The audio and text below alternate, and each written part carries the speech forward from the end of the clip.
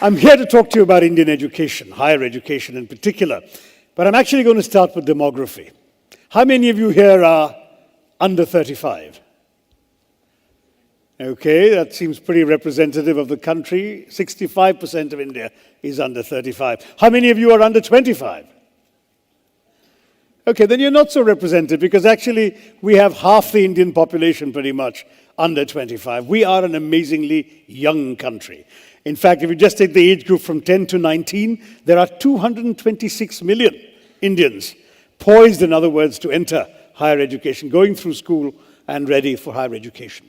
Now, this is amazing because it's happening at a time when the rest of the world is aging, right? If you look at the average age in India today, it's 28. Of course, don't ask about the gap, since we heard about gaps between the average age of the Indian person and of the Indian cabinet. I think we hold the world record for that. But that's another matter. That's another TED talk, right?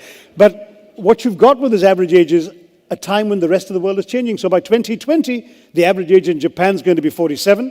In China, it's going to be heading well past 40. Europe, 46. The United States, youthful US, also 40. And India's average age is going to be 29. So we are potentially the people who are the youthful, productive, dynamic, young population ready to work and transform the world. The kinds of role that, say, China played in the last generation could be ours in the next. In fact, the International Labour Organization has worked out that by 2020, we'll have 116 million people in the age group of starting work. 20 to 24 is what they calculate.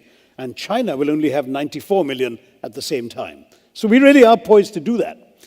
But, and by the way, other countries will have a serious deficit. It's estimated that the US will have 17 million short in terms of how many people they need at working age.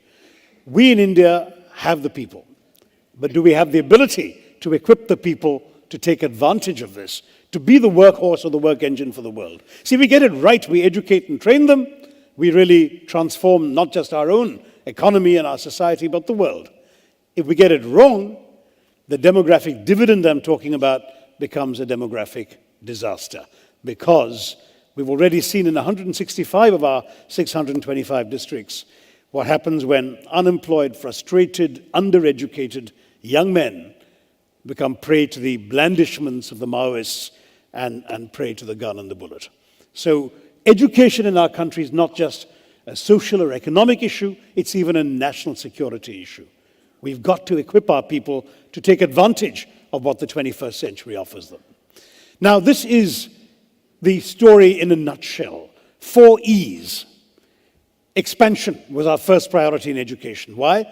Because the British, and I won't even ask if any of you here, left us in 1947 with a 16% literacy rate. Okay, there were only 400,000, 4 lakh students in the entire country in higher education. We had 26 universities, fewer than 700 colleges. So obviously expansion was essential. We've gone right from that 16% to 74% literacy today. We've gone from 26 universities to 650 universities. We've gone from those 400,000 students, 4 lakh students, to 20 million students in higher education today. And we have 35,000 colleges as well, instead of the 700 colleges we had then. So expansion's taken place. We've also had to fight for the second E of equity, that is, including the excluded from education, trying to reach out to the unreached, the people who didn't get a fair shake in education for reasons they couldn't help. Gender, an obvious reason. When we had that 16% literacy rate, you know what the female literacy rate was? 8.9% at the time of independence. Just 1 out of 11 Indian women could read and write. Caste, region, religion, all sorts of people got left out the system. We had to bring them in. And that became a big challenge and a priority for education. In getting those two things more or less right,